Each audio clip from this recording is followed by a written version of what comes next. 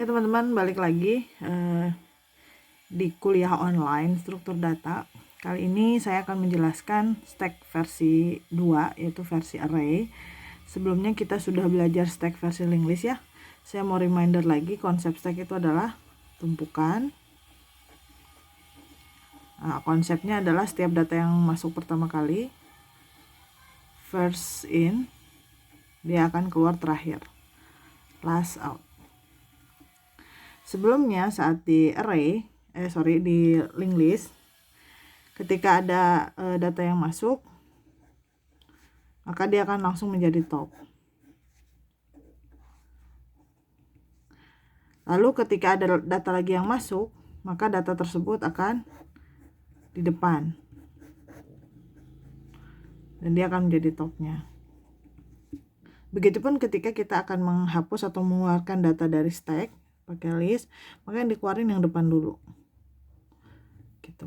Nah, itu konsep first in last out. Nah, sekarang gimana kalau kita akan menggunakan array dalam membuat stack? Nah, stack bentuknya kalau dalam array, maka si info itu akan disimpan ke dalam array. Mulai dari 0 sampai tertentu ya, terserah. Kemudian ketika datanya disimpan di sini, maka di list kita punya top, di array juga kita punya top. Cuma topnya bukan berbentuk pointer, tapi topnya sebuah variabel yang bertipe integer. Nah, sekarang kita mulai simulasi bagaimana menerapkan konsep stack pada array. Nah, misalkan kita punya stack yang akan menyimpan info, namanya info, dan kita akan merecord top saat ini di variabel top. Ketika kosong, tentu topnya bukan 0, bukan 1, bukan 2, bukan 3, bukan 4. Nah, biasanya kita pakai -1. Jadi top saat ini -1 gitu. Oke, ini kondisi kosong. Kemudian nih muncul data. Misalkan 20. Ini data. 20 ini akan ditaruh di mana? Nah, karena pertama kali dan kita tahu arraynya mulai dari 0, maka kita langsung masukin saja ke indeks 0. Ketika data masuk ke indeks 0, maka topnya sudah bukan -1. Topnya adalah 0. Oke. Nah, sekarang kita sudah tahu, stack ini topnya 0. Artinya data paling baru atau data paling yang bisa kita akses saat ini adalah di indeks 0, yaitu 20. Sekarang masuk lagi data misalkan 7.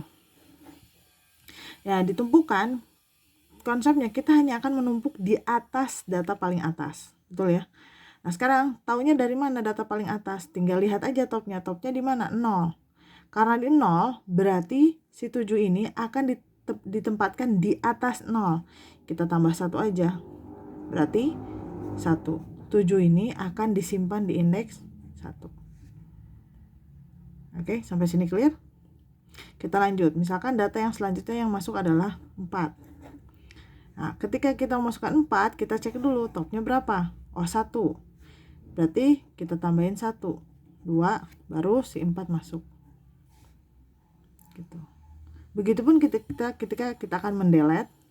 Ketika kita mendelete, misalkan hapus stack. Konsep hapusnya, kita tidak bisa hapus sembarangan, kita hanya bisa menghapus mulai dari data paling akhir yang dimasukkan tadi, atau data topnya.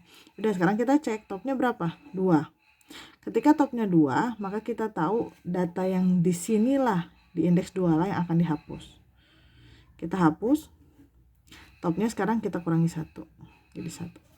Nah, dari sini kita bisa lihat, stack info ini, topnya ada di 1. Ini 1, berarti inilah elemen paling atas dari si stack ini. Oke, sampai sini paham?